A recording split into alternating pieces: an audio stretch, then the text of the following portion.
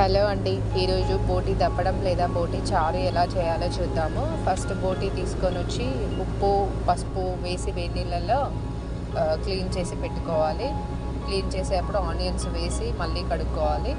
తర్వాత ధనియాలు ఇలాచి star flower చెక్క సాజీరా అన్ని ప్యాన్ పైన వేసి వేడి చేసుకొని కొద్దిగా ఫ్రై అయ్యాక తీసి చల్లారాక మిక్సీ పట్టుకోవాలి. ఫ్రెష్ మసాలా వేస్తే నాన్ వెజ్ కర్రీస్కి టేస్ట్ బాగా వస్తుంది.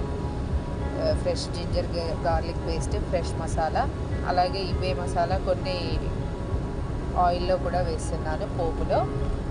పోపులోకి కొద్దిగా పత్తా కూడా వేస్తున్నాను.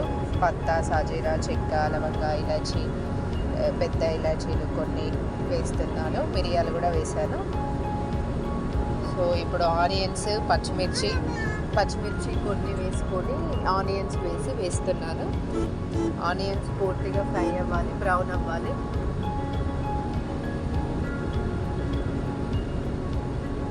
బ్రౌన్ అయ్యేలోపు నేను మిక్సీ పట్టి పెట్టుకున్నాను గరం మసాలా ఫైన్ పౌడర్ పట్టుకోకూడదు, ఇలా రవలాగా ఉండేలాగానే పట్టుకోవాలి.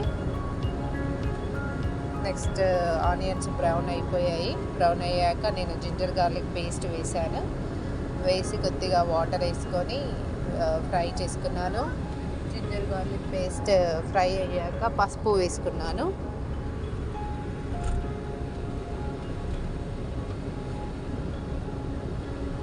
పసుపు కూడా ఫ్రై అయ్యాక పుదీనా కరివేపాకు వేసుకున్నాను. కరివేపాకు పోపులో కొద్దిగా వేస్తున్నాను, లాస్ట్లో కూడా కొద్దిగా వేస్తాను. ఇవన్నీ ఫ్రై అయ్యాక మనము వాష్ చేసి పెట్టుకున్న బోటి అంతా వేసేయండి. వేసి అది బాగా ఫ్రై అవ్వాలి. ఆయిల్లోనే ఒక 20 minutes వరకు ఉడికించండి బాగా. అది ఆయిల్లో ఫ్రై అయితేనే మనకు ఆ బోటి స్మెల్ అనేది రాకుండా ఉంటుంది. సో నెక్స్ట్ అది కుక్ అయిపోయింది. ఫ్రై అయ్యాక సాల్ట్ వేసాను.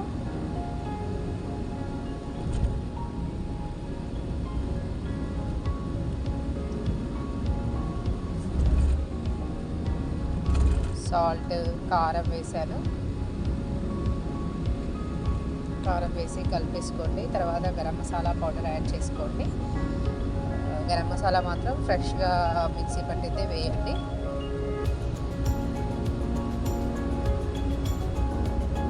సో నెక్స్ట్ నేను గరం మసాలా పౌడర్ కూడా వేసేసుకున్నాను. నేను ఎప్పుడు కొద్దిగా చింతపండు పులుసు వస్తాను. ఇందులో చింతపులుసు అనేది కొద్దిగా ఇప్పుడు వస్తాను, తర్వాత కుక్ అయిన తర్వాత కంప్లీట్గా లాస్ట్లో కూడా కొద్దిగా పోస్తాను. ఇప్పుడు కొద్దిగా పోస్తున్నాను. వట్టి వాటర్ పోస్తే అది ఫ్లేవర్ అనేది వేరేలాగా అయిపోతుంది, స్మెల్. సో చింతపులుసే పోసుకోండి. ఫస్ట్ పోసుకొని కుక్కర్ మూత పెట్టుకొని 5 whistles వరకు ఉండనివ్వాలి.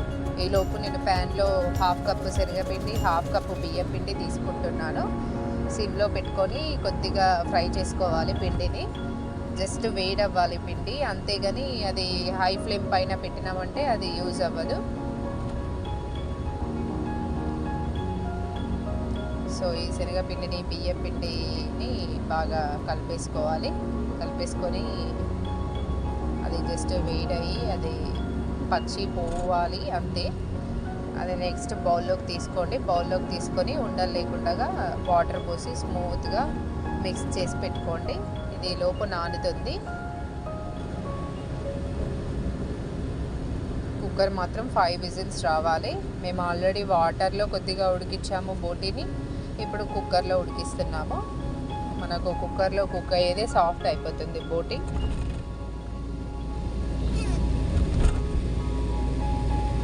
సో నెక్స్ట్ ప్రెషర్ తీసేసి కుక్ అయిందా లేదా చూసుకోండి. బోటీ అయితే సాఫ్ట్గా కుక్ అయిపోయింది. ఈ ట్యూబ్స్ని కొద్దిగా స్పూన్తో ప్రెస్ చేసి చూసినా అర్థమైపోతుంది మనకు కుక్ అయిందా లేదా అనేది. సో అది కుక్ అయిపోతుంది. ఇప్పుడు ఫైనల్గా నేను ఇంతకుముందు కొద్దిగా వేసాను కదా చింతపులుసు, ఇప్పుడు వేస్తున్నాను. వేసేసి వాటర్ కూడా ఎన్ని కావాలో అంతా పోసేసుకోండి మీరు.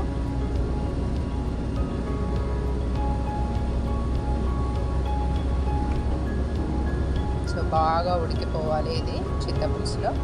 ఇప్పుడు లాస్ట్లో నేను ఈ పిండి యాడ్ చేస్తున్నాను. మనం శనగపిండి బియ్యం పిండి కలిపి పెట్టుకున్నాం కదా, యాడ్ చేస్తున్నాను. కన్సిస్టెన్సీ చెక్ చేసుకుంటూ వేయండి. ఒకేసారి వేస్తే అది చిక్కగా అయిపోతుంది, అది మనం అనుకున్న టేస్ట్ రాదు. సో ఎక్కువ చిక్కగా ఉండకూడదు, ఎక్కువ పలచగా ఉండకూడదు. చూడండి ఇలా రావాలి.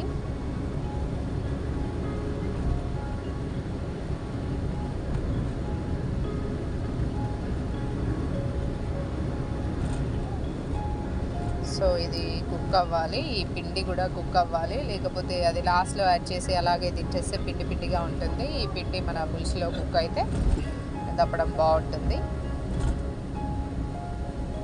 సో ఫైనల్గా అది ఆయిల్ పైకి వచ్చేలాగా సిమ్లో పెట్టి కుక్ చేసుకోవాలి. మళ్ళీ లాస్ట్లో కూడా కొద్దిగా గరం మసాలా యాడ్ చేస్తున్నాను. ఫస్ట్ కొద్దిగా వేసాను కదా, అది పీసెస్కి పట్టిపోతుంది. ఈ పిండిలో కూడా ఫ్లేవర్ రావాలి అంటే లాస్ట్లో కొద్దిగా గరం మసాలా, కొద్దిగా ధనియా పౌడర్ కూడా యాడ్ చేసుకోవాలి. సో ఇంకా అంతే, సిమ్లో పెట్టి 10 మినిట్స్ ఉడికించాలి. ఇప్పుడైతే లాస్ట్లో ఎలా వస్తుంది అంటే మా ఇంట్లో స్మెల్ పెళ్లి భోజనాల దగ్గర వంట చేస్తుంటే ఎలా వస్తుంది అలా వస్తుంది. మీరు కూడా ట్రై చేయండి. కొత్తిమీర యాడ్ చేస్తున్నాను. కొత్తిమీర, కరివేపాకు లాస్ట్లో కూడా కొద్దిగా వేస్తున్నాను. ఫస్ట్ మనం పోపులో వేసిందంతా ఫ్లేవర్ లాస్ట్ వరకు ఉండదు. సో లాస్ట్లో కూడా కొద్దిగా వేసుకోవాలి. ఈ పులుసులలో పుదీనా యాడ్ చేశాను. పుదీనా, కరివేపాకు, కొత్తిమీర తప్పకుండా ఉండాలి బోటి చారుకి. సో చారు అనేది రెడీ అయిపోయింది. సో అన్నంతో సర్వ్ చేసుకోవడమే. అన్నం కూడా సాఫ్ట్గా మెత్తగా ఉడికించుకుంటే కూడా బాగుంటుంది బోటి చారుకి. సో థ్యాంక్ యూ అండి. వీడియో నచ్చినట్లయితే సబ్స్క్రైబ్ చేసుకోండి, కమెంట్ చేయండి, లైక్ చేయండి. Thank you.